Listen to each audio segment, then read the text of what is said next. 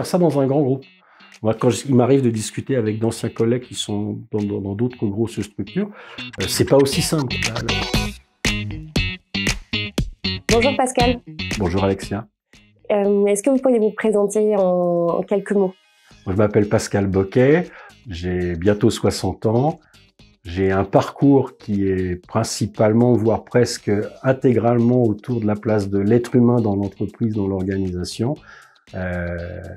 J'ai passé presque 20 ans dans un grand cabinet de conseil au travers de différentes structures qui ont pu évoluer au fil du temps, qui est le groupe LHH Altelia. Et aujourd'hui, je suis à la tête de mon propre cabinet, Arom Access, que j'ai créé il y a 3 ans, après avoir quitté ce grand groupe. Et qu'est-ce qui vous a poussé à partir? Est-ce qu'il y avait un contexte particulier pour vous inviter à vous lancer en tant que freelance? Comme tous les grands groupes, à un moment, il y a des orientations stratégiques. L'orientation stratégique des LHH sur la partie conseil, c'était vraiment de plutôt travailler sur des produits worldwide élaborés par les Américains. Donc ça, c'était déjà une dimension. Il y avait beaucoup moins de possibilités d'innovation pour moi. Et puis surtout, en tant que directeur, c'était vraiment très très axé sur business et moins de production. Et moi, ce que j'aime, c'est à la fois vendre et produire. Donc, en 2019, il y a eu discussion avec l'entreprise. Et comme on a été mutuellement intelligents, la décision de dire peut-être qu'il faut vivre une autre aventure, ça s'est fait tranquillement, puisque ça s'est étalé. On a commencé à en discuter début 2019 et puis ça s'est finalisé en août. Donc c'était relativement serein dans la façon de quitter un grand groupe. Oui, ça s'est fait du coup dans le confort. Il n'y a pas eu de... Ah, c'était sans heurts. Il n'y a pas eu de heurts. Okay. Est-ce qu'il y a des choses issues de votre expérience du coup de salarié passé sur lesquelles vous avez pu vous appuyer pour vous lancer en tant que freelance? Ou est-ce que vous avez tout découvert d'un coup Non, parce que, comme je vous l'ai dit, je crois que il y avait déjà l'expérience d'être actionnaire d'une entreprise. Et puis, il y a sans doute un peu d'atavisme familial. Mon père et mon grand-père et mon arrière-grand-père étaient eux-mêmes à la tête de leurs propres entreprises. Donc, j'ai grandi un peu avec cet esprit-là autour de moi. Et non, le départ à l'aventure... Bon, en plus, je partais pas faire un autre métier. J'avais vocation à rester dans le même métier, donc c'était plus de comprendre comment faire se tourner ça au quotidien, gérer les craintes aussi de se lancer, et puis de pouvoir le faire dans de bonnes conditions, même si l'histoire récente. Moi, j'ai créé mon cabinet en août, au 1er septembre 2019. Derrière, on a rencontré la Covid, donc ça a rebattu un peu les cartes, mais j'étais prêt. Et qu'est-ce que vous avez fait du coup au moment de la création pour être prêt? Déjà, ça faisait quand même 2 ans que je fonctionnais globalement comme un salarié freelance quelque part, puisque j'étais relativement tranquille dans ma façon de travailler, j'avais peu de contraintes opérationnelles, respecter les règles et consignes de mon grand groupe, tout en ayant la possibilité de travailler avec des clients qui me connaissent et qui m'ont suivi. Ça, je crois que c'est un vrai atout quand on se lance à l'aventure, c'est de pas partir from scratch, ce qui était mon cas, puisqu'un certain nombre de clients ont préféré poursuivre l'aventure avec moi que de rester dans le cabinet où j'étais. Donc ça, c'est quand même aussi une belle marque de confiance. Donc ça permet de démarrer dans de bonnes conditions. Et puis surtout, c'est de savoir se faire entourer, se faire accompagner. Faut pas être seul. Faut surtout pas être seul. Il faut partager, il faut discuter, il faut challenger ses pratiques. Il faut passer du temps à peaufiner sa copie et puis être prêt à la mettre à la poubelle et à redémarrer. C'était Bonaparte qui disait il faut savoir rire le mardi des bonnes idées qu'on a eues le lundi. C'est un peu ça l'idée générale, c'est que on a un schéma, mais il faut être prêt à le changer, mais en ne perdant pas de vue que le but, c'est de réussir son tremplin. Est-ce qu'il y aurait des types ou des endroits ou des personnes qui vous ont permis de vous aider au démarrage? Vous les aviez déjà dans votre visée liée à votre réseau d'expérience avant de salariés, associés, etc. Ou c'est des nouvelles personnes que vous avez rencontrées? Alors, il y a un peu des deux. Ce qui est important, ceux que l'on connaît et qui peuvent vous aider, faut vraiment aller les voir.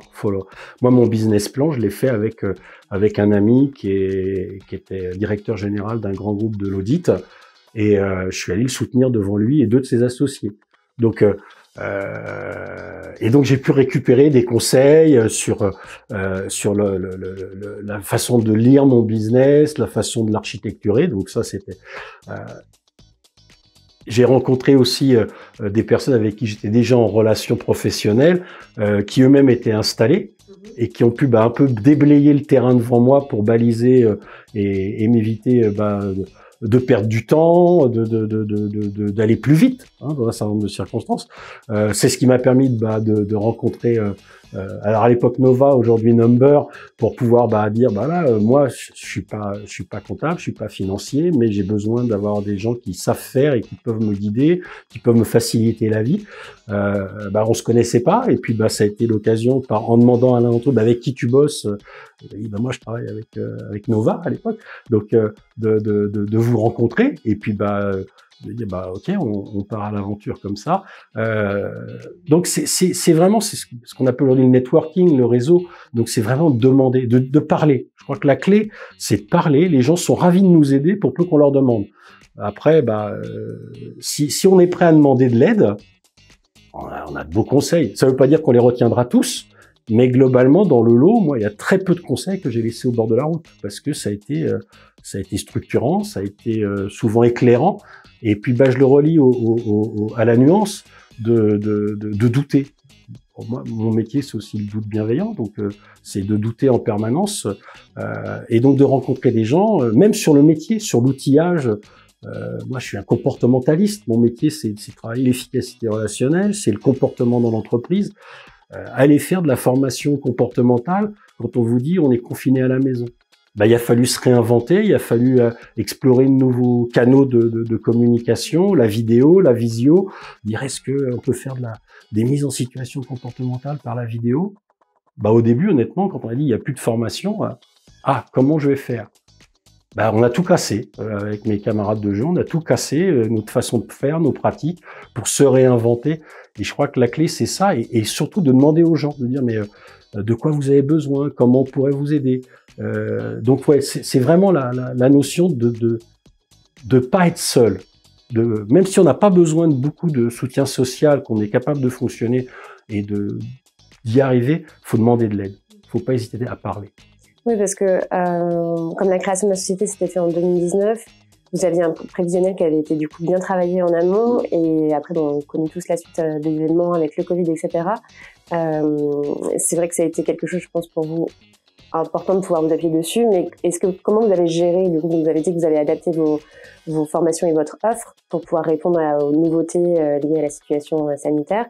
Est-ce que ça a été quelque chose de très angoissant pour vous? Est-ce que ça s'est fait assez simplement? Alors, il y a plusieurs dimensions dans votre question. La peur, elle était là avant. C'est se lancer. On quitte un grand groupe, une certaine sécurité salariale, on part à l'aventure. Moi, je suis parti, j'étais dans de bonnes conditions, à la fois personnelles et économiques, donc ça facilite quand même grandement le chemin, mais ça n'empêche pas la peur.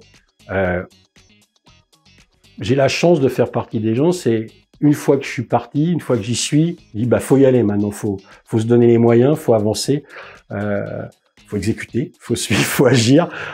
Donc c'était extrêmement aidant. Et puis je vous ai parlé des clients qui m'ont dit on te suit, ce qui est quand même très très rassurant aussi quelque part d'avoir la confiance des clients, qui n'ont pas hésité à jouer le jeu, à la fois eux de poursuivre le business avec moi, mais aussi de me recommander. Donc ça, c'est aussi une chance inouïe d'avoir des opportunités de nouveaux business sur d'autres domaines. Un entourage personnel qui était hyper confiant. Mon épouse, ma fille, il y avait personne qui doutait autour de moi. Mes amis, ils étaient convaincus que je réussirais. Un business plan qui au départ était quand même relativement stable, qui permettait de dire avec raison et en étant sérieux, il n'y a pas de raison de ne pas réussir la première année. Et puis, patatras, on confine. Et là, tout ce qui était programmé, en particulier sur tout ce qui est formation, d'un seul coup d'un seul, ça s'est arrêté. J'aurais pas pu faire ça dans un grand groupe. Moi, il m'arrive de discuter avec d'anciens collègues qui sont dans d'autres grosses structures, c'est pas aussi simple. Une petite structure, on peut être hyper réactif. C'est juste décider. On a besoin d'un outil de visio, on cherche, dit bon, je fais quoi? Teams, Zoom, Google. Ça prend un quart d'heure. Ça prend un quart d'heure et après, c'est de faire les choix et puis de fonctionner avec. Mais il n'y a pas de vrai obstacle. Okay. Et est-ce que vous diriez aujourd'hui, du coup, que malgré le stress ou par rapport à la sécurité aussi que peut apporter une situation de salarié versus aujourd'hui votre situation de freelance, est-ce que vous pourriez dire comme que vous êtes plus heureux aujourd'hui dans votre métier, dans votre activité professionnelle que ce que vous pouviez l'être avant? Alors, je sais pas si je suis plus heureux. C'est vraiment différent. Je suis plus confortable. Pourquoi? Parce que je gère mes propres exigences.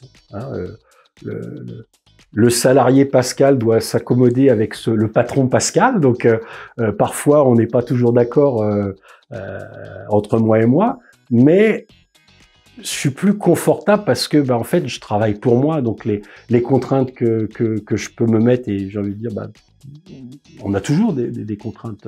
Il n'y a pas d'organisation, il n'y a pas de système qui nous expose pas à des devoirs. Je me les crée tout seul, donc je m'en accommode beaucoup mieux. J'ai gagné en confort de vie, clairement. Donc ça, c'est un vrai plus parce que j'ambitionne pas de faire une multinationale. Aujourd'hui, c'est d'avoir un cabinet qui me permet moi de vivre, de quand même avoir des projets pour le sécuriser dans le futur, et puis de travailler aussi différemment. Je suis plus en recherche de travailler avec des partenaires qu'avec des salariés. Donc ça aussi, c'est des choix d'organisation, c'est des choix économiques qui sont des choix différents.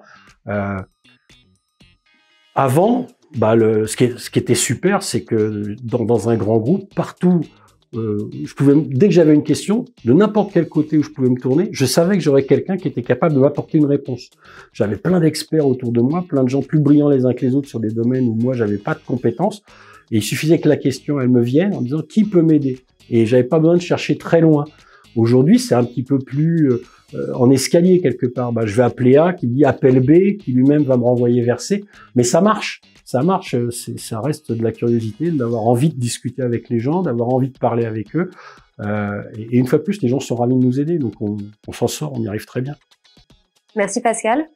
Est-ce que vous pourriez nous dire juste pour les personnes qui nous regardent où on pourrait retrouver plus d'informations sur vous ou sur votre entreprise? D'accord. D'abord, il y a mon site internet, Arum Access, ARUM, Access, A2C, E2S. Ça, c'est l'endroit où on peut voir l'activité, mes offres, etc. Et puis, j'essaye d'être présent sur les réseaux sociaux, et en particulier LinkedIn. Et donc, en allant sur mon profil LinkedIn, on peut me joindre, on m'envoie une invitation, et là, on peut voir pas les podcasts, mais tout ce qui est les articles que je publie, et ça a fait les liens vers mon site internet. Donc, ça permet de prendre attache.